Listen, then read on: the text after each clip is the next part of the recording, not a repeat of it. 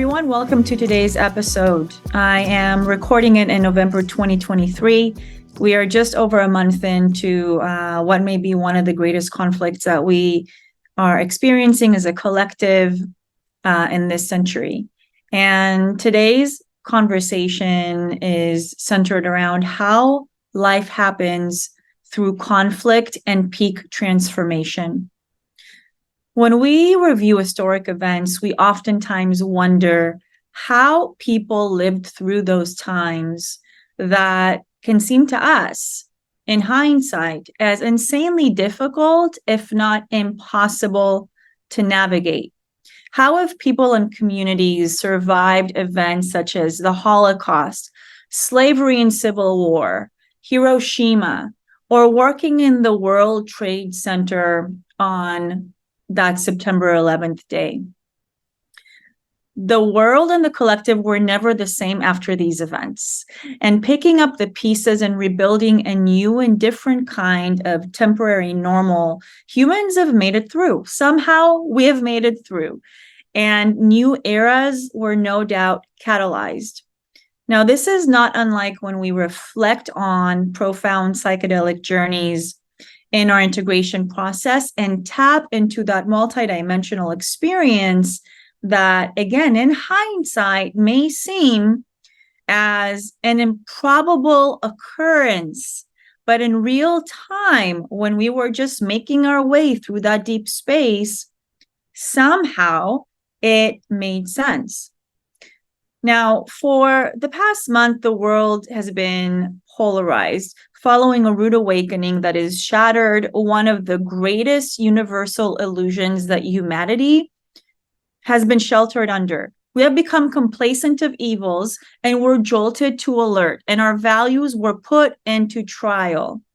The intensity of this awakening, which I view as a collective ego death, is dependent on each individual's heart proximity to this illusion. The reaction that we have to this event is dictated by the communal and ancestral trauma and its degree of transmutation to date. The possibility and depth of healing are guided by our capacity for cool discernment in this instant. What is basically the quickest path towards peace? Is it justice or is it forgiveness? And the potential for light-powered transformation that is always held in our field is to the degree in which we are able to be on the moving energy and less in it. Meaning, how are we able to witness and manage this transformation, this process? Or if we can't, then we are going to be taken on a ride. So what happens between the inner experiential and the outer observational existence? For me, there has been, in this, again, this past month, a volatile oscillation between this inner experiential, again, being in it, top viewpoint, and the outer observational on it type of existence.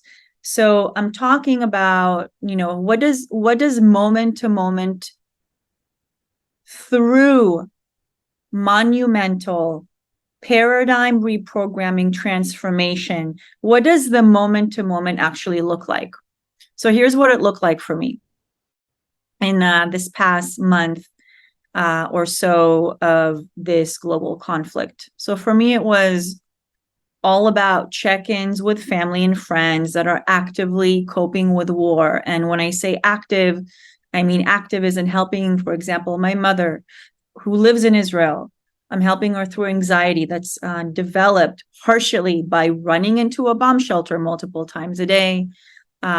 She's frightened by the constant ongoing bomb explosion sounds, rockets exploding over their buildings, including even a rocket that fell in my parents' driveway and only damaged their car, luckily. So I'm helping my family manage stuff like that. I've definitely been circling through sleepless nights, just obsessively scrolling news media outlets, processing devastations that really no human should as much as fathom. And again, I'm only reading about them across the world while I'm, situated in Costa Rica. And still, like, literally not able to sleep.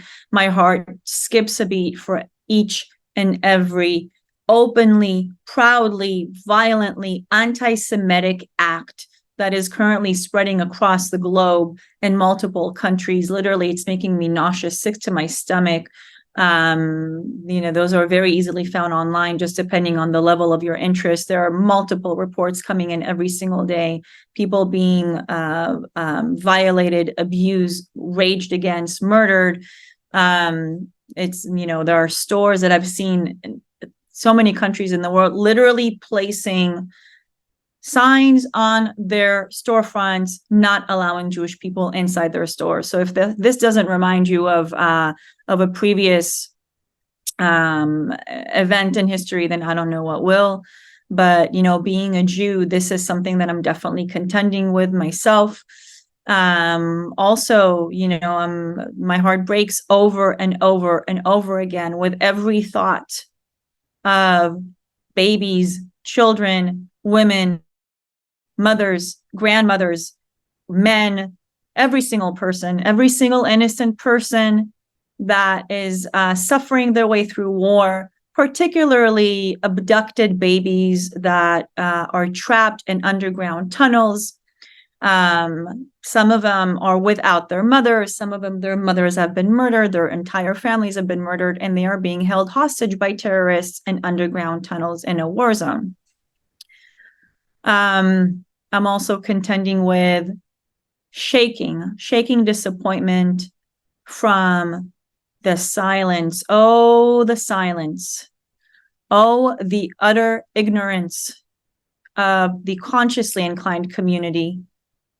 It has been very disappointing to just witness this silence. I'm kind of seeing it as visionary landscaping that's concealing, again, in my point of view, plain old, good old spiritual bypassing. People are either not wanting to contend with this reality, pretending that it doesn't exist, maybe sometimes don't know what to say, don't want to, or are afraid, which that part I can understand, afraid of sharing their voice and opinion.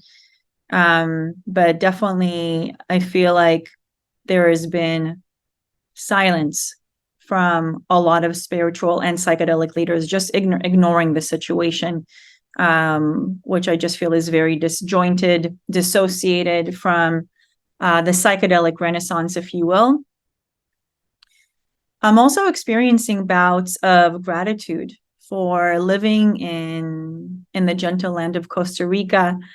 I live in the jungle. This is a pacifist country that doesn't even have a military. So it feels very safe here, thank goodness. Still, and even though with this level of safety, again, as a Jew, I've definitely had thoughts, and again, sometimes like jolted, sleepless nights, jolting out of my sleep, just at the traumatized thought that there may be someone coming to my door to kill me. Okay, this is just the Jewish psyche right now, because this has happened in Israel last month for hundreds of families that were slaughtered. So that's happening. And then also, kind of non sequitur, but I was always also horrendously sick with what I believe was dengue fever. Again, tropical weather. I'm also dealing with a moldy house in the middle of rainy season here, and it's so humid, and moldy means to me, I'm learning that I literally cannot breathe. So I've had some health issues I'm dealing with. I'm also baking tears and prayers into bread. I'm practicing more ritual, connecting more with the light of consciousness, and really sending prayers out to the world. And also, I had a wonderful opportunity when our community here in Costa Rica, our Jewish community, gathered one night just for like a sharing and connecting event. And I decided to bring my guitar and some song booklets and my drum and spontaneously lead the community in song and dance, to a point where one of the ladies literally got on the coffee table and danced and danced. So that was super fun. I'm also navigating divorce. I'm also keeping up with the usual work, home life obligations, etc. And of course, navigating being a mother to my 5-year-old. And, with that, I've literally every single night, I am murmuring. That's the word, murmuring. Murmuring, just in awe and wonder and gratitude and humility, holding in my mind, in my heart, the notion that my daughter gets to sleep sweet in a cozy bed safely, and that I get to watch her and hold her at this time. And that one alone, when you think about it, with the situation that is happening in the world, where literally getting to look at my daughter sleeping sweetly in her bed, in my bed actually, but at home, sheltered, just the fact that I'm feeling so extremely privileged that my child is sleeping at home in bed. Just this one alone will fuck with you if you have a heart. Our world is in a fucked up place if we have to give gratitude for the privilege that our children are sleeping at home in bed. So this is just a collage of the moment-to-moment plays that just comprise my life in the past month or so. The world in some ways is falling apart, and life still happens. And what's even more crazy is, amidst this global craziness, I somehow managed a momentary escape to the amazing and lively Ciudad de Mexico, Mexico City, with my baby girl. We went on our first international mother-daughter exploration trip together to a place where both of us have never been. And it was so fun. We explored and we indulged and we shopped and we hunted for the best tacos in the world, and we found them. And we played, literally, it felt like we were playing our way through a rich history lesson in an equally, what seemed to me, a city of 24 million people that is equally indigenous and cosmopolitan. It was such a beautiful, balanced mix of history and modernism. And what was really interesting is that the stories of, when we were going to do all the sightseeings, and I was, wanting to learn about the sites myself and also share with Mila, my girl, what are we looking at? What is this place? What is this church? Oh, apparently this church was built upon the ruins of one of the most ancient indigenous sites and holiest sites in the world back at the time. Okay. So that we read about stories of conquest and occupation and enforcement of religious law and resistance. Just, it was such a powerful reminder that these stories are weaved through nearly each and every single country and culture on the planet, as do healing and rebuilding and recreating. And perhaps it's a mechanism of global evolution. Okay, maybe this is an accelerated and a necessary transition towards another era. Again, when we go through destruction and creation, occupation and freedom, right? But we're going through this. So from our little POV, what the hell do we know? Are we thinking about? Are we even aware of the bigger story that we are living through right now? We as humans, we come and go, and somehow, as humans come and go, somehow humanity at large lives on, and only the land itself remains to share these tales with those who listen. Nature is in harmony, and nature will always remain so, despite our efforts to rebel against it, to destroy it.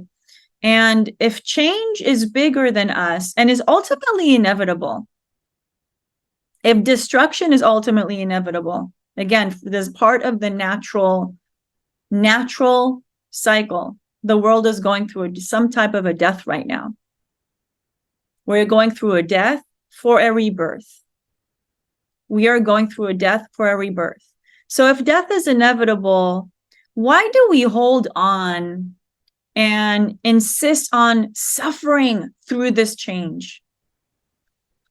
Okay, why are we resisting and fighting and becoming enraged and becoming violent towards ourselves and others?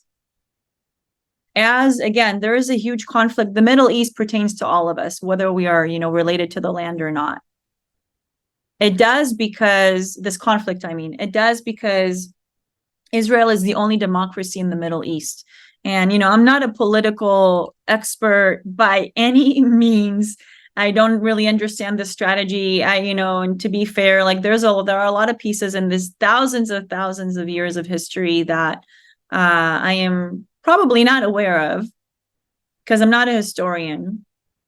And yet I do possess an understanding that there is some type of global political strategy for the fact that Israel is the only democracy in the Middle East among, I don't remember the exact number of non-democratic Arab nations.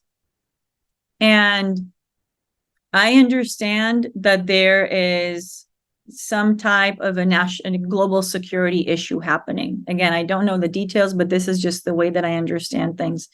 And there is change happening in that particular region. And somehow we are resisting this change. Again, we're resisting it, and we're so enraged to a point that we don't care if we perpetuate violence towards others, even though we are, maybe like at a different country. Okay. Like on the other side of the world, we're seeing all these violent events happening as a response to what is happening in the Middle East. And, there are also literal attempts to cover up parts of the truth. Okay. Literal attempts. Why are we attempting to cover up parts of the truth? Why are we attempting to erase reality as if it never existed? Why are we, do we have this inclination to run towards some type of a resolution without paying some respect to the pain? Now, here's what I'm getting at here, because the broader thing of what I'm trying to say is that life is conflict before it's harmony. And here's what I mean by that. Since the topic also of our podcast is psychedelic integration, which is harmony and balance between all dimensions of existence. So pain and conflict are inconvenient. Fair amount of the people on the planet are not interested in pain, not interested in a lot of people, not everyone, but a lot of people are not interested in conflict. It's inconvenient. It takes up time. And of course, many other resources, but pain and conflict are inconvenient. And yet they are here to teach us something. Okay, they are, as far as I see, they are part of divine harmony. Pain and conflict are part of divine harmony and an integrated existence, and they are here to stay. The enormity of truth, quote unquote, as a representation of all being the entirety of the universe, the entirety of all spectrums of existence. Okay, so the enormity of truth as a representation of the all is very different from the fragments of our own subjective perception of what is true. Okay, there's a difference between truth as the all-encompassing reality to true, which is just subjective POVs, points of view that each of us as fragments of the divine possess. Okay, but contending and holding the truth as the all it's a lot to contend with. Okay, it's a lot more complicated and difficult to hold all the different spectrums and ideas of truth versus just one piece of what is true for you. To hold the enormity of truth as a representation of all means to also hold the pain of all, and to not close our hearts to some portions of pain or representations of pain. To hold the enormity of truth as a representation of all means we need to remain aware of our unconscious prejudices and the ways that we are resisting nature, including the ways that we resist change and the ways that we resist harmony. And then it also means, again, to hold the enormity of truth as a representation of all means that we must make the choice to find forgiveness to the reality of what is, of what all of it is, and holding all the subjective points of view, again, all the different fragments of what is true as part of this ultimate truth, and to find acceptance and forgiveness for all of that. And it's a big ask. Of course, it's a big ask to accept that this type of violence is part of reality. Who wants to accept that this is the planet that we live on? It's a big ask. And this may be exactly what we are being asked. Okay, we are literally, I feel we are being asked to just really look at reality, all of reality, all the different facets of reality as it is, without sugarcoating it, without resisting it, without being enraged at it, without reacting to it, without distorting it, without avoiding it, without attempting to change parts of it or avoid parts of it or erase parts of it. I feel like this is what we are being asked right now. And this is the call. And in our ability to honestly answer this call, again, can we accept this enormity of truth as a representation of all? In our ability to answer this call, this is what we're going to meet: our human limitations, our inner conflicts, and our struggles. And again, this is exactly just like a psychedelic experience. Are we able to hold all these visions, all these insights, all these teachings, and remain still and observant and not be in it, but be on it, be aware of it, without projecting, without and being enraged, without falling apart? Okay, can our human limitations in this human body meet the enormity of truth and just be with it? Just be with it. And to, really to hold and navigate through the entire field of the multidimensional psychedelic experience is an art. Raise your hand if psychedelic medicines have changed your life. Raise both hands if you are a cisgender female that wants to serve in the psychedelic renaissance as an integration coach, a healer, or a psychedelic therapist, but has no idea where and how to begin. Soul Sister, welcome home to the Psyched Souls Integration Coaching Certification Program for Visionary Women, our best-selling 6-month professional training and personal development program where you get to dive deep into your own integration practice way beyond meditation and journaling while getting certified as a high-caliber psychedelic integration coach and guide. In our iconic program, you do your work through an experiential, creativity-centered, and system rebelling transformational vortex that is grounded in proven methods and expert level technologies, preparing you to take root as a psychedelic leader in your community. You have full intention to participate in this revival, and we provide you with the know-how, with the tools, and with a full body confidence to create it. So if you are a psychedelic informed woman with a huge heart of service that is ready to get off the fence and unapologetically step out into the world offering psychedelic support, stop playing small sister, take a leap into your soul-aligned, paradigm-shifting service career in the psychedelic revival and help spread more light consciousness in the world. Learn more and apply at psychsoul.com/training. So how can we hold the all and not lose our shit? And this is the topic of our conversation. With all the pain and uncertainty that is going on right now, in my heart of hearts, I'm convinced that this global conflict is a good thing. I'm convinced it is. Because conflict is the essence of our human experience. Our spirit clashes with the limitations of the earthly experience. Okay, this is, is that famous quote, we are spiritual beings undergoing a human experience. And our infinite spirit clashes with the limitations of the body, with the limitations of time and space. And right in that nuke of struggle, right in that crevice, there is creation. That tension breeds creation. That tension breeds a rebirth. And that's where we are born again, and that's where we evolve.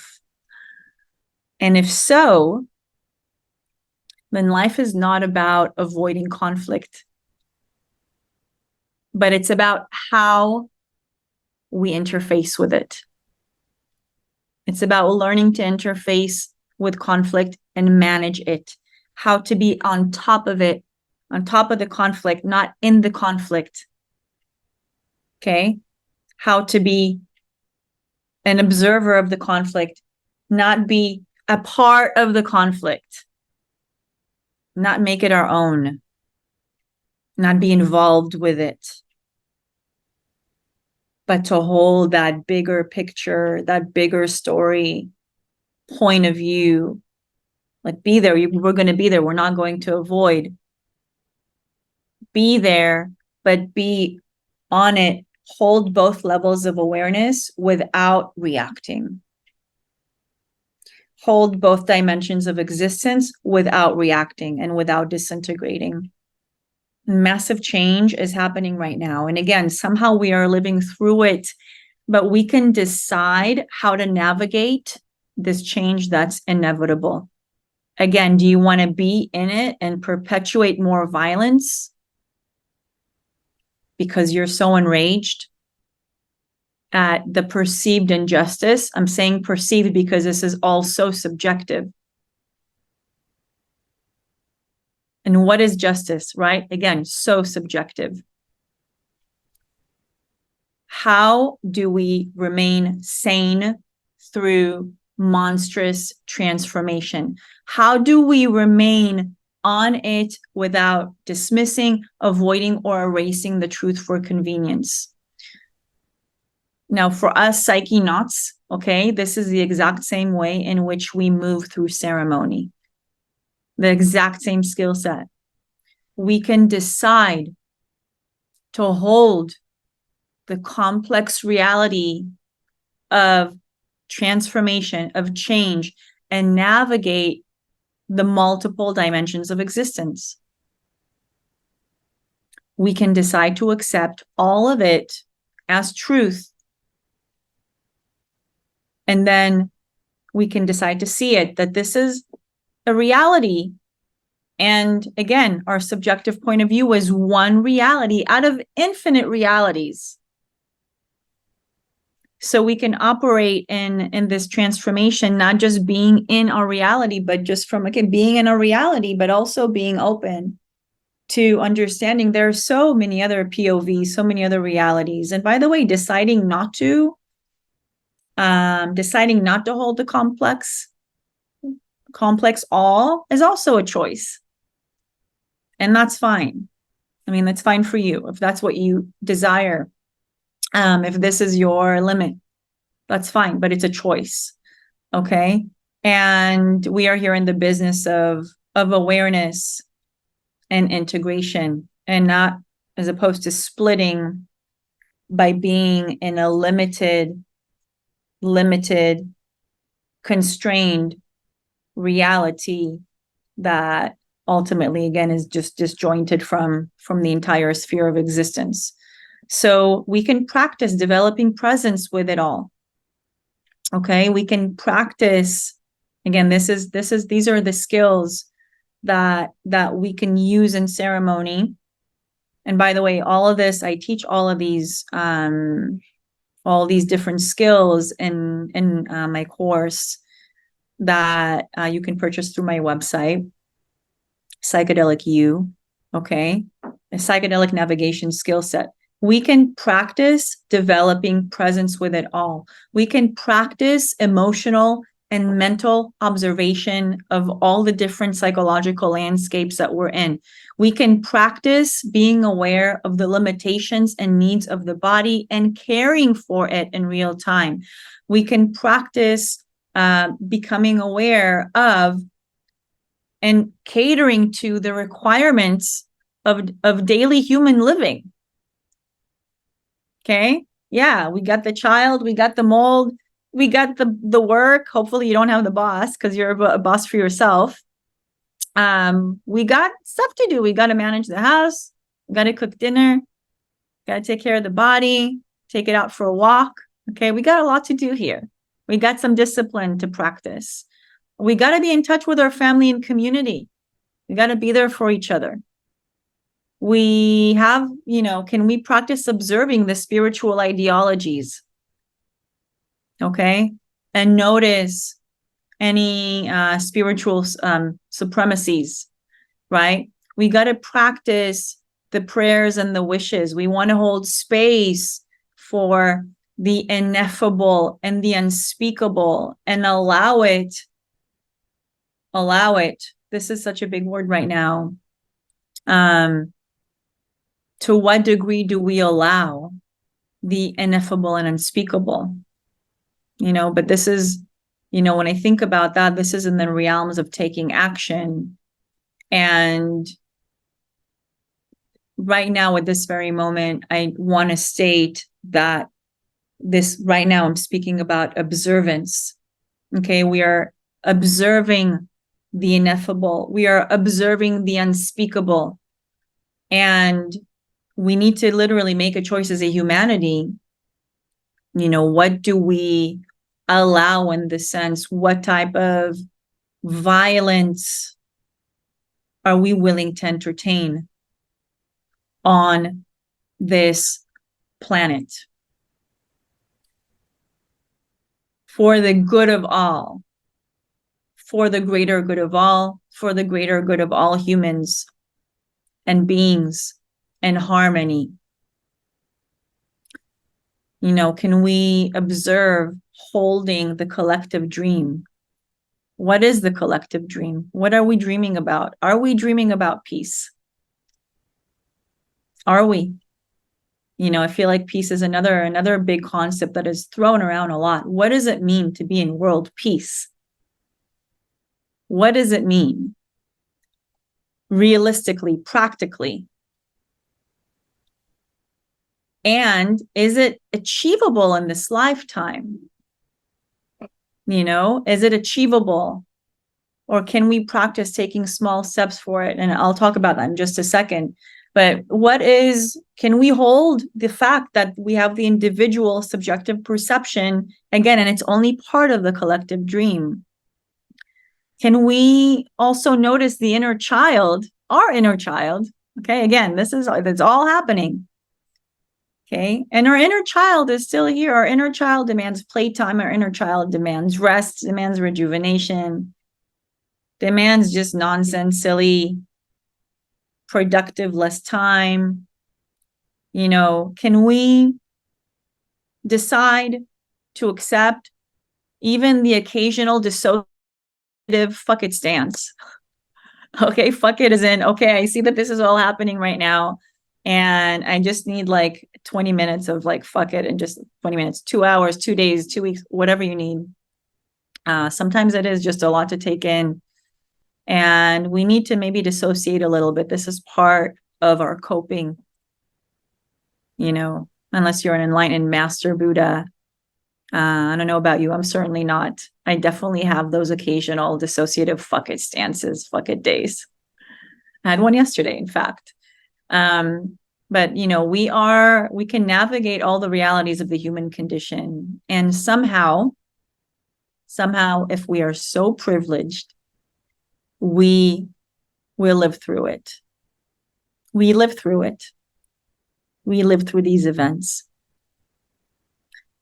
But most important, as we go through this change, what's most important is to recognize that change is not black and white. It's not either or. It's not one side versus another. There is no one way of experiencing life. All dimensions of existence, whether we can agree with them or not, validate them or not, they're real. They are ontological, as Dr. Stan Grof says, ontologically real. Meaning if one person is experiencing something, their reality is ontologically real. It is real and valid. And justice and rectification for all that has happened across thousands of years. Okay, I just want to name it. In this lifetime, it's unlikely. We're not going to rectify and serve justice for thousands of years of history, as much as, a lot of people are hoping for that, are fighting for that, are bleeding for that. Realistically speaking, again, what is possible in one lifetime, one generation? What is possible? Can we find justice and rectify and heal thousands of years of violence? Again, history, stories, whatever you want to call it. In my opinion, it's unlikely. So conflict will happen. Conflict will happen. And again, an all-encompassing world peace, whatever that means. What does that mean? What does that look like for the entire world to be in peace? And my point of view, it may never happen in our lifetime. And yet,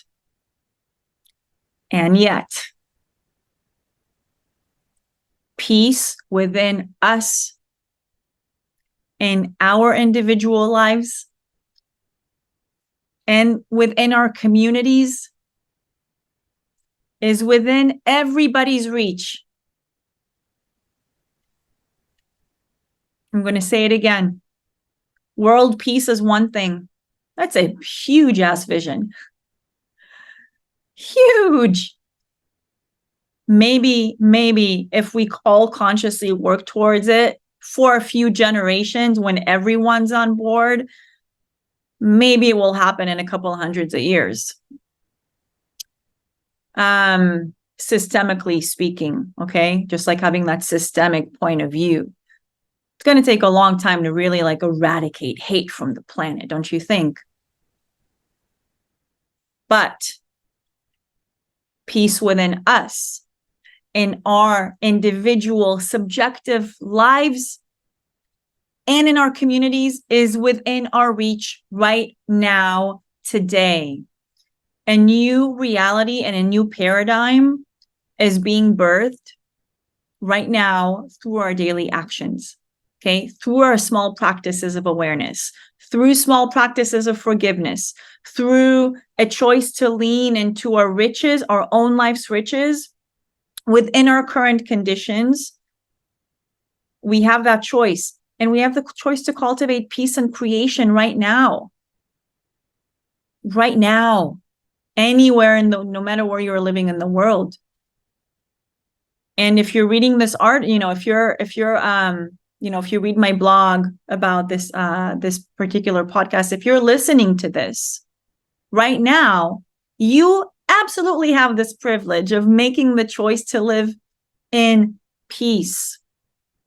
What does that look like? Well, first, that means dismantling all the oppressive systems within us, right? To notice all the ways that we have been conditioned to live outside of peace, to live in rage, to live in violence, to live in that need for justice, for righteousness, righteousness and toxic righteousness. It's there's a very thin line between doing what is right to falling into the shadows of hell or high water. I'm going to do what is right. And then literally you're achieving the opposite effect. You're creating more violence in the name of peace. It absolutely does not make sense. So in my desperate moments, and again, I practice Buddhism to a degree. I'm not an expert by any means, very far from being a Buddha. And a couple of years ago, I made just an internal vow to myself, once I noticed that my internal systems, again, I've been conditioned for war within myself, with others. And when I noticed that, I made a conscious choice to really do everything I can to be in peace and to dismantle these systems within myself, these rageful and violent systems within myself, so I can be peace, and therefore so I can be peace and harmony, live in peace and harmony, and therefore can contribute to my community to living in peace and harmony and inspire that around me. And in my desperate moments, still, all this is being tested during these huge conflicts, these huge global conflicts. All of our work is being tested at these times.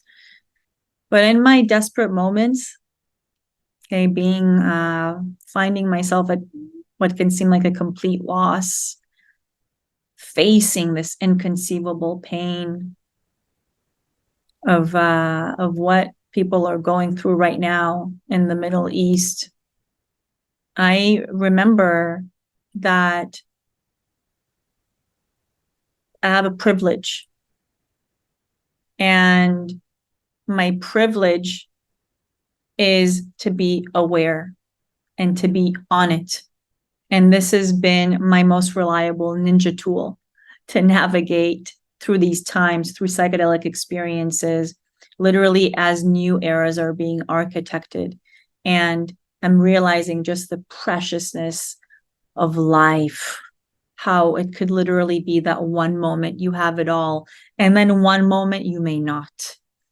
And this is something that I'm really, really holding in my field right now. We, living in relative safety with our children sleeping in bed is now a gift that no longer can be taken for granted.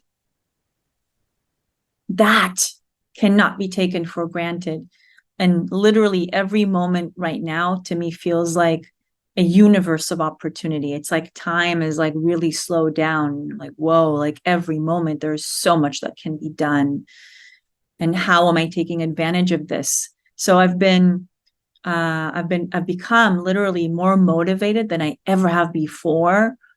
And motivated not just in the sense of being grateful for these gifts, because I have the gratitude, but sometimes I'm lacking, like, okay, so like I just kind of get stuck in the gratitude sometimes, but like now I feel like I'm like really, really more motivated to take full advantage of these times, of every moment, because I'm realizing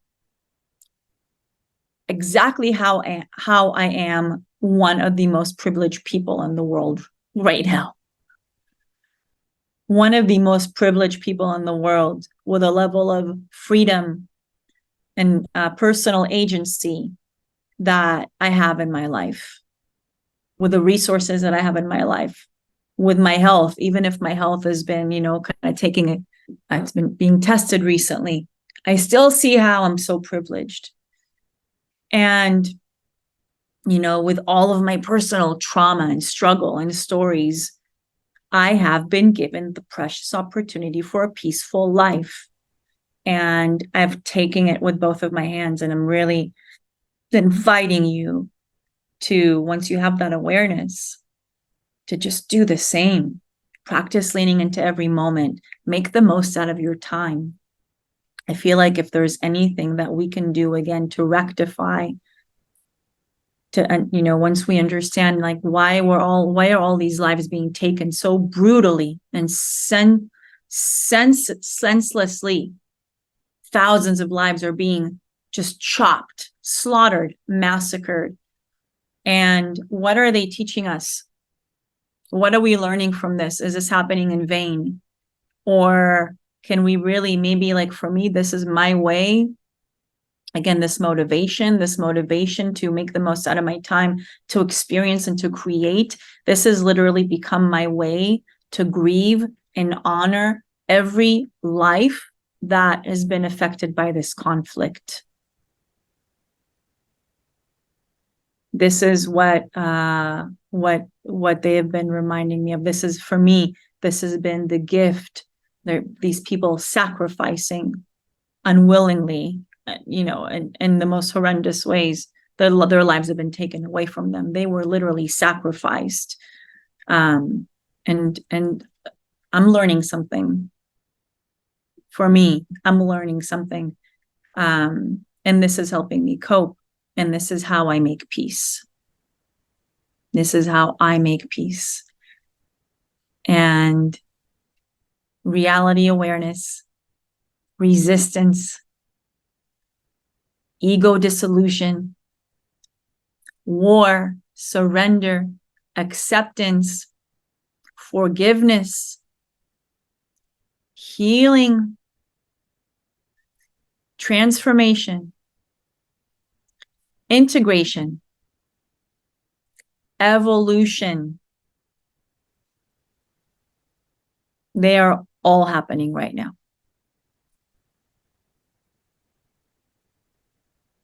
So which of these realities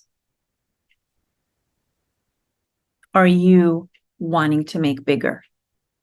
Which of these realities do you want to be present in and to give all of your attention to? And when we give all of our attention and all of our energy to one particular reality, thought, concept, this is what becomes real. This is what is materialized in our lives and on the planet. So which of these realities are you lending yourself to and therefore making bigger and real for everyone else? And maybe you can just decide to view all these realities as happening, as real,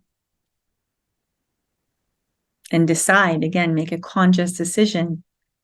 What do you want to make bigger? What do you really want to bring to life and integrate in our global experience right now? So this is our podcast for today. Thank you so much for listening to our conversation. Be well, everyone.